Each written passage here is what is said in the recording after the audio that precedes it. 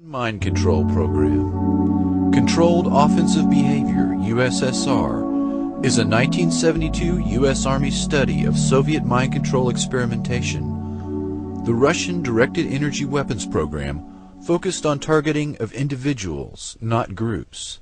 Soviet dissidents were the target of microwave anti-personnel weapons and mind-altering techniques that sought, quote, the total submission of one's will to some outside force. Electromagnetic weapon mind control surfaced in the 1973 Russian Conference on Psychotronic Research. The agenda for the Prague meeting included the following 5 topics: erasure of the subconscious mind, development of ESP, induction of paranormal effects in dreams, the mechanical equivalent of neuropsychic energy, and the psi gene. The Soviets were known to have potent blinding lasers. They were also feared to have developed acoustic and radio wave weapons. A 1987 issue of Soviet Military Power, a Cold War Pentagon publication, warned that the Soviets might be close to, quote, a prototype short-range tactical radio frequency weapon. The Washington Post reported that year that the Soviets had used such weapons to kill goats at 1 kilometer's range. The Pentagon, it turns out, had been pursuing similar devices since the 1960s. The Russian capability, demonstrated in a series of laboratory experiments dating back to the mid-1970s, could be used to suppress riots, control dissidents, demoralize or disable opposing forces, and enhance the performance of friendly special operations teams. Pioneered by government-funded department of the psychocorrection at the Moscow Medical Academy, acoustic psychocorrection involves the transmission of specific commands via static or white noise bands into the human subconscious without upsetting other intellectual functions. Experts said laboratory demonstrations have shown encouraging results after exposure of less than 1 minute. Decades of research and development and millions of rubles have produced the ability to alter behavior on willing and unwilling subjects. In an effort to restrict potential misuse of this capability, senior Russian research scientists, diplomats, military officials, and officials of the Russian Ministry of Higher Education, Science and Technology Policy are beginning to provide limited demonstrations for their U.S. counterparts. Further evaluations of key technologies in the U.S. are being planned, and discussions are aimed at creating a framework for bringing the issue under bilateral and multilateral control. Yet these military capabilities have remained largely unknown to the U.S. and Russian public.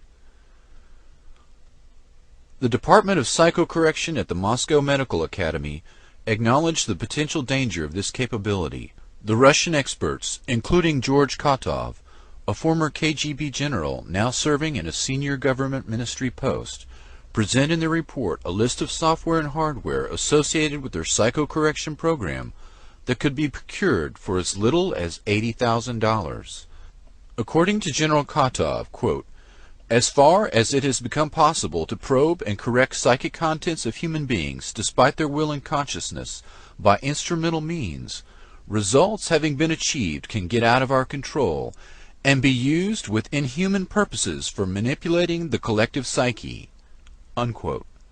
The Russian authors note that world opinion is not ready for dealing appropriately with the problems coming from the possibility of direct access to the human mind.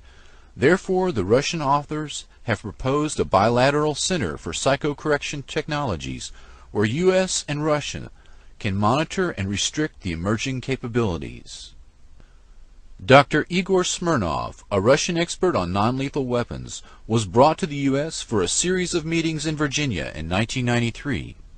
The meetings were attended by representatives of the CIA, DIA, FBI, and ARPA.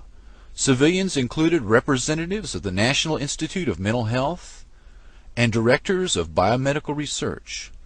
Dr. Smirnov and his non-lethal weapons technology was brought to Waco during the Branch Davidian siege in 1993 in hopes of using them on David Koresh, but a software problem reportedly made this impossible, and Smirnov could not guarantee its safety.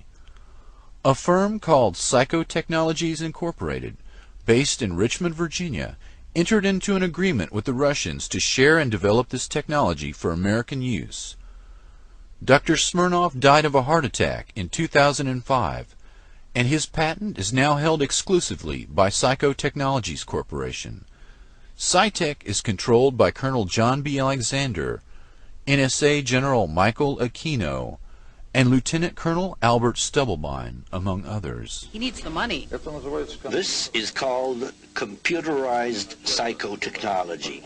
First, we gather information from the subconscious. Then we determine how a specific personality works.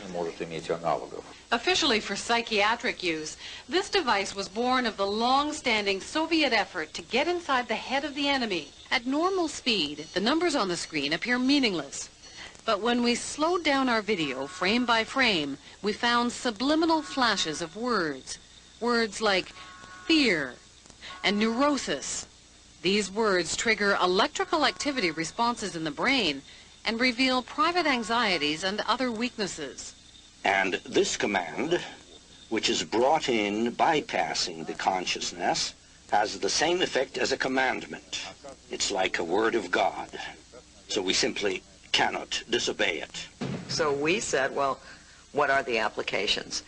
And they said, well, they had tested with the simple phrase, bring us cake, and that they had piped that bring us cake in white noise up to the ground level, masquerading as just machinery noise, and both the workmen outside and their colleagues who worked on the ground level within 24 hours had come at different times of the day bringing them cake.